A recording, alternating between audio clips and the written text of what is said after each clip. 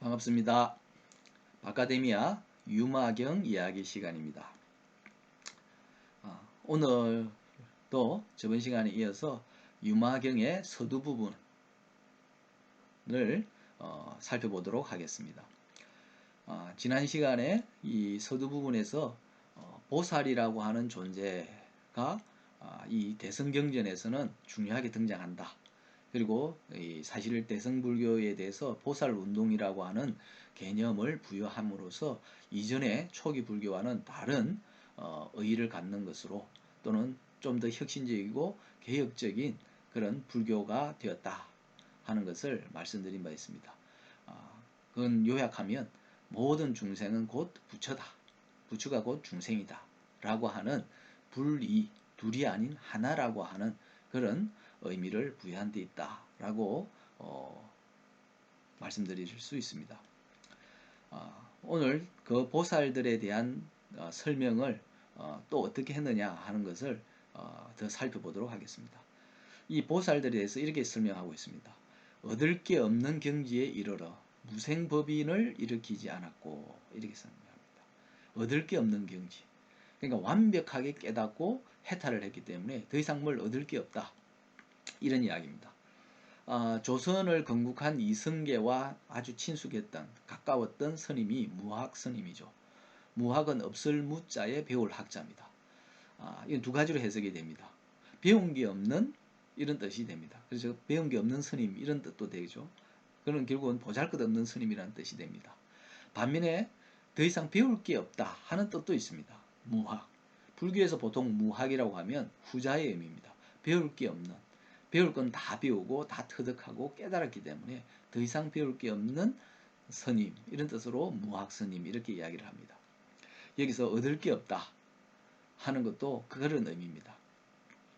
그래서 무생법인, 무생법인이라고 하는 것은 생겨남이 없는 진리 이런 뜻이거든요. 즉 생겨나는 것지도 않고 사라지지도 않는 실상, 그 뭐냐면 진여를 가리키는 말입니다. 바로 진여를 깨달아서 거기에 편안하게 머문다 하는 존재가 이 보살이라는 거죠. 그래서 진리를 잘 따르고 좇아서 물러나지 않는 법의 바퀴, 법륜을 굴렀으며 또 진리의 실상을 잘 이해하고 중생의 근기도 알았으며, 이게 참 중요합니다. 진리의 실상을 잘 안다. 이게 곧 깨달음을 얻고 지혜를 터득하는 것입니다. 이거는 지극히 개인적으로 이루어지는 성불의 행위죠. 그 다음에 중생의 근기도 알았다. 우리 보통 불교에서는 상구보리 하화중생 이야기합니다. 위로는 보리 깨달음을 구하고 아래로는 중생을 교화한다. 이건 대성불교의 핵심 교리이기도 합니다. 내가 중생이었다가 부처가 된 것처럼 다른 중생들도 부처가 될 수 있다. 그러나 그 중생들을 깨달음으로 이끌기 위해서는 그 중생의 자질과 능력, 근기를 잘 알고 거기에 알맞게 설법을 할 필요가 있다 하는 거죠. 그게 바로 그렇게 해서 나온 게 방편설법입니다. 이 방편설법은 바로 중생, 내가 설법할 대상인 중생의 근기를 잘 파악할 때 이루어집니다. 그래서 여기서 중생의 근기를 잘 알았다는 것은 하화 중생 하는데 별 어려움이 없는 수준에 도달했다. 이런 뜻입니다. 덧붙여 이야기하자면 중생의 근기를 잘 알기 위해서는 어떻게 되느냐. 1차적으로 내가 깨달음을 얻어야 됩니다. 그런데 우리가 일상에서 보면 내가 깨달음을 얻지 못했더라도 상대에게 조언을 하거나 충고를 해야 되는 상황이 많습니다. 그럴 때 어떻게 해야 되느냐. 모르면 충고나 조언을 안 하는 게 제일 좋습니다. 그런데 우리는 안타깝게도 모르면서도 충고나 조언을 하는 경우가 많죠. 그래서 오해를 불러일으키기도 하고 심지어는 상대가 기분 나쁘게 되도록 하기도 합니다. 그래서 사실은 잘 파악하는 게 중요한데 적어도 내가 깨달음을 얻지는 못해도 상대가 어떤 생각을 하고 있는가, 어떤 마음을 가지고 있는지, 어떤 감정 상태에 있는지, 또는 그가 처한 상황이 어떤지를 잘 파악하려고 하면, 그래서 잘 살피고 잘 듣고 이렇게 해서 상대의 처지를 잘 이해할 수 있으면 그게 알맞은, 그게 적절한 충고나 조언을 어느 정도 해줄 수 있습니다. 따라서 이 상대의 파악하는 것, 이것이 굉장히 중요합니다. 그래서 상대를 잘 살피는 것과 상대의 말을 잘 들어주는 것, 이것은 굉장히 중요한 일인데 이것은 수행의 과정에서도 중요합니다. 좋은 가르침을 듣고 좋은 스승을 만났을 때 그들의 언행을 잘 살피고 듣는 것, 이것이 공부에 있어서 출발점이기도 하고 거의 절반 이상을 차지한다고 해도 과언은 아닙니다. 그런데 이것이 공부에 뿐만 아니고 일상에서도 여전히 통용되는 거다 하는 거죠. 그래서 여기에서는 불교에서 중생의 근기를 안다고 하는 것을 좀 차원을 달리해서 우리가 일상으로 끌어오면 내 주변 사람들, 내가 만나는 사람들의 상황을 잘 파악하고 그 사람들이 어떤 처지에 있는지를 잘 이해하려고 하는 노력과 같은 것이다. 그런 것들이 실제 일상에서 내가 좀 지극한 마음으로 하게 되면 수행에 큰 보탬이 됩니다. 일상에서는 사람을 대할 때 허투루 대하고 아무렇게나 대하면서 깨달음의 공부에 가서 갑작스럽게 내가 정진을 해서 직한 경지에 이룰 수 있을 거다라고 하는 것은 굉장히 교만한 생각이다 또는 잘못된 생각이다라고 말해도 과언이 아닙니다. 그 다음 보살들은 이런 사람들입니다. 모든 사람들을 뛰어넘어서 두려움이 없는 상태를 얻었다. 전혀 두려워할 것이 없다. 참 이 정도 되면 굉장히 좋은 거죠.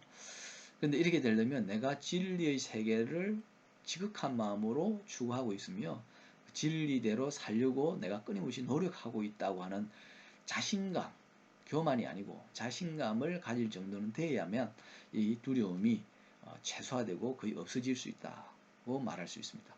그 다음 공덕과 지혜로서 그 마음을 닦았다. 공덕이라고 하는 것은 나를 낮추는 것입니다. 지혜는 내가 무슨 일에나 막힘이 없고 걸림이 없도록 할 수 있는 능력입니다. 그것으로 내 마음을 닦았고 그 다음에 부처님의 상호로 몸을 장엄해 그 모습 세상이 어떻습니다. 부처님의 상호로 몸을 장엄했다. 좀 애매한 표현 같지만 내가 부처의 경지에 이르러서 부처님과 다를 바 없는 몸과 마음을 지닌다라고 이해하시면 크게 틀리지 않을 겁니다. 그래서 부처와 같은 고귀한 모습을 또는 아름다운 향기를 뿜어낼 수 있는 존재가 된다 하는 것입니다. 이 보살들은 바로 그와 같은 경지에 이르렀다는 뜻입니다. 그리고 세간에서 꾸미는 것들은 다 버렸다. 사실 세간에서 꾸미는 것들은 참된 것이 아니고 허상입니다. 다른 사람들의 이목을 현혹시키기 위해서 꾸민 것에 불과하거든요. 그래서 일시적으로는 나를 좀 고귀한 존재처럼 보일 수는 있게 하지만 오래 가게는 못합니다. 우리가 여인들이 오전에 아침에 깨끗하게 씻고 다듬고 그래서 단장을 하죠. 그리고 밤에 들어오면 또 깨끗하게 말끔하게 씻어냅니다. 그리고 그 다음날 다시 이렇게 화장을 하죠. 이렇게 꾸미는 일은 굉장히 번거롭고 힘듭니다. 그리고 이게 오래 가지 않습니다. 설령 자기 전에 깨끗하게 화장을 지우지 않고 그대로 잤다고 해서 그 다음날 화장을 안 하더라도 남아있기는 있죠. 그런데 그게 보기에 그 전날 한 것만큼이나 깔끔하고 아름답다고는 하기 어렵죠.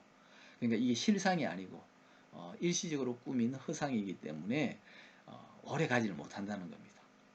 그래서 실상을 갖추고 실상을 터득하고 그래서 내 실상의 모습으로 장엄하게 하는 것, 이것이 바로 수행이고 마음 공부입니다.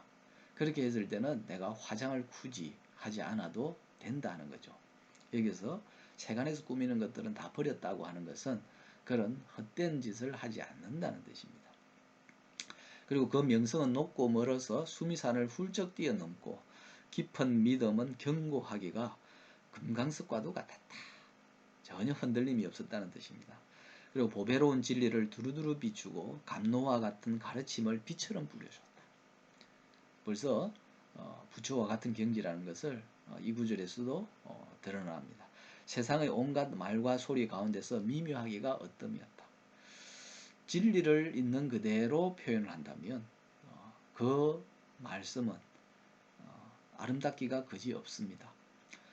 우리가 이 오늘날에는 문학이라고 하는 갈래가 따로 있어서 철학과는 다른 것처럼 이야기하지만 사실 우리가 경전이라고 하는 것들은 철학이면서 문학입니다. 깨달음을 담고 있고 진리를 표현하고 있기 때문에 철학이라고 하고, 그리고 그런 진리나 철학을 아주 개성적이고 그리고 발랄하고 독특하고 때로는 기발한 방식으로 표현을 했기 때문에 또 문학이기도 합니다. 그래서 경전을 찬찬히 음미하고 즐긴다면 문학과 철학을 동시에 공부하는 셈이 됩니다. 그래서 때로는 경전의 아름다운 표현들을 음미하는 것도 굉장히 중요합니다.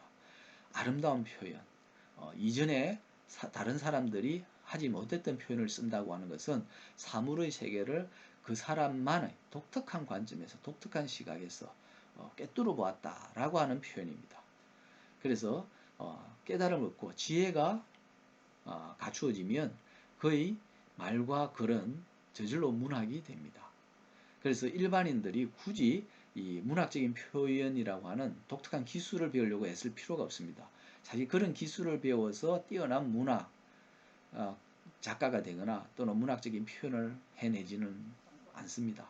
과거의 글들을 보면, 옛날에 경전이나 고전이라고 하는 글들을 보면 문학적인 어떤 기법이나 기술을 익혀서 그렇게 표현한 게 아니거든요. 말 그대로 이치를 탐구하면서 이치를 터득하려고 노력하는 과정에서 자연스럽게 체득한 겁니다. 따라서 일반 대중들도 작가가 되고 싶다면 바로 이치를 공부하면 수월합니다. 그리고 그 이치의 세계는 멀리 있는 것이 아니고 바로 우리 일상 속에서 곳곳에 숨어 있다 하는 겁니다. 그래서 일상에서 내가 그런 숨어 있는 의미, 뜻, 진리를 찾아낼 수만 있으면 훌륭한 작가가 되는데 어려움은 없습니다. 그것은 옛날에 성인이나 현자들이 공통적으로 말해왔던 것들입니다. 그리고 우리가 이 경전이나 고전을 읽고도 이해가 되는 것은 바로 그게 일상적인 경험에서 표현된 것이기 때문이다 하는 점입니다. 그래서 어디에서 꾸며가지고 미사여구를 늘어놔야 좋은 표현이고 문학이다라고 하는 것은 근대에 들어와서 일본인들이 글 쓸 때 쓰던 방식을 우리가 따르면서 그것이 최고의 문학이다라고 하는 잘못된 이해에서 비롯된 것이다 하는 점 덧붙여서 말씀드립니다.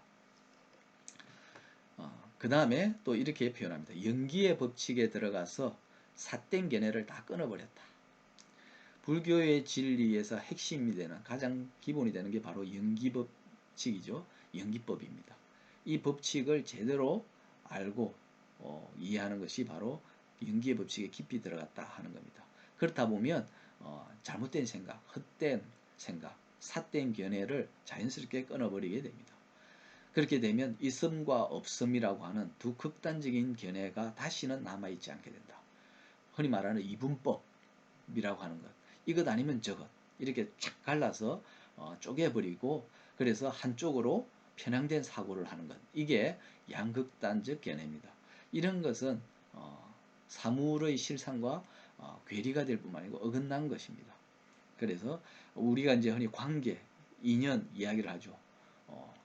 이 둘로 탁 쪼개지는 건 존재하지 않는다. 앞서도 이미 말씀드린 것처럼 부처가 중생이고 중생이 부처다 하는 것은 바로 그런 극단적인 견해를 불식시키는 것입니다. 깨버리는 것입니다. 부처라고 하는 존재가 이미 중생이라고 하는 존재를 머금고 있습니다. 그리고 중생이라는 존재 자체도 불승이라고 하는 것을 품고 있어서 언제든지 부처가 될 수 있는 그런 가능성을 내포하고 있는 존재입니다.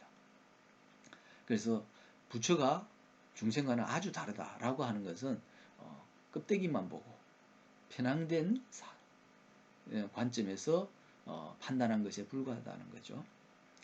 그 다음에 진리를 풀어낼 때는 두려움이 없어서 마치 사자의 우렁찬 소리와 같다. 즉 머뭇거림도 주저함도 없다는 겁니다. 왜? 지혜를 이미 갖추었기 때문입니다. 그리고 강론하고 해설을 하면 우레와 같고 천둥과 같다. 어떻게 보면 이 표현은 귀에 쏙쏙 잘 들어온다. 그리고 아주 감흥을 일으키고 감동을 준다. 이런 표현이 될 겁니다. 그래서 아주 생생하고 활기찬 강설, 강론이 되는 것이 바로 이 지혜로운 사람의 설법이다라고 하는 뜻이 되겠습니다. 그 다음에 헤아릴 길이 없고 헤아림을 이미 넘어서려 버렸다. 이건 참 중요한 의미입니다. 이 중생으로서 내가 공부를 할 때는 함부로 그 가르침에 대해서 재단을 해서는 안 된다는 겁니다. 왜냐하면 어느 부분까지는 내가 주체적으로 사고하고 판단해서 정확하게 이해할 수는 있지만 그 이상을 내가 판단하기는 어렵다는 거죠. 내가 그런 경험을 해본 적도 없고 그런 지혜를 얻지를 못했기 때문에 그 전부에 대해서 다 헤아리고 판단할 수는 없다는 겁니다. 그러나 어느 정도까지는 내가 이해하고 판단할 수 있는 힘은 있습니다. 그리고 훌륭한 가르침을 주신 분이라면 내가 충분히 그렇게 이해할 수 있는 정도로까지 평이하게 쉽게 설법을 했기 때문에 헤아리는 데 있어서 어려움이 크게는 없습니다. 그러나 궁극의 진리라 대해서는 내가 쉽게 헤아리거나 판단할 수 없다는 거죠. 간단히 다시 말하면 훌륭한 수행을 하고 이 지혜를 얻은 분들의 설법이라고 하는 것은 내가 필요로 하고 내가 알아들을 수 있는 방식으로 설법을 해줍니다. 즉 방편설법을 해줍니다. 그래서 내가 충분히 감동을 받고 이해를 할 수는 있습니다. 그러나 그것이 진리의 전부는 결코 아니기 때문에 그것만으로 내가 진리에 대해서 다 안다고 헤아리거나 판단해서는 안 된다는 겁니다. 그리고 이 보살들은 온갖 진리의 보배를 끌어모아서 다 지니고 있습니다. 물론 이걸 소유하고 있다는 게 아니고 터득하고 있기 때문에 언제든지 꺼내 쓸 수 있는 창고가 되었다 이런 뜻입니다. 바닷속을 헤집는 선장과 같아서 우리의 바닷속은 어마어마한 보고가 있다고 하는 거죠. 바닷속이라고 하는 것은 말 그대로 세상의 모든 생명체가 필요한 것들을 다 감추고 있는 또는 갈무리하고 있는 그런 보고와 같습니다. 이 보살들은 바로 그것을 헤집으면서 필요한 것들을 꺼내서는 선장과 같아서 모든 진리의 깊고 오묘한 뜻을 환히 다 꿰뚫고 있다. 그리고 중생이 오가는 세계와 그 마음이 하는 짓들을 다 알아서 견줄 데 없는 부처님의 자유자재한 지혜, 그리고 10가지의 힘, 두려움 없음, 또 18가지 부처님의 공덕까지 내가 거의 갖추었다 하는 존재가 보살이라는 겁니다. 보살의 경지가 굉장히 대단하다는 걸 알 수 있습니다. 그래서 바로 이 보살들은 부처와 거의 다를 바 없는 경지에 이른 사람들이다 하는 점을 이 서두에서 자세하게 풀어놨습니다. 이 서두만 꼼꼼하게 읽고 음미하고 이해하더라도 사실은 경전 전체를 거의 파악한 것이나 다를 바가 없습니다. 다음 시간에는 이 등장하는 보살들의 이름들을 하나씩 거론을 하고 있습니다. 그 이름에 담긴 뜻들을 제가 풀이를 해드리겠습니다. 사실은 보살들마다 각기 갖고 있는 이름은 그 자체가 그 보살의 성격, 특성을 알려주는 것이기도 하지만 동시에 불교의 진리를 이야기해 주는 것이기도 합니다. 그래서 굉장히 의미심장하다라고 하는 점 알려드리면서 오늘 이야기는 여기까지 하겠습니다. 승불하십시오.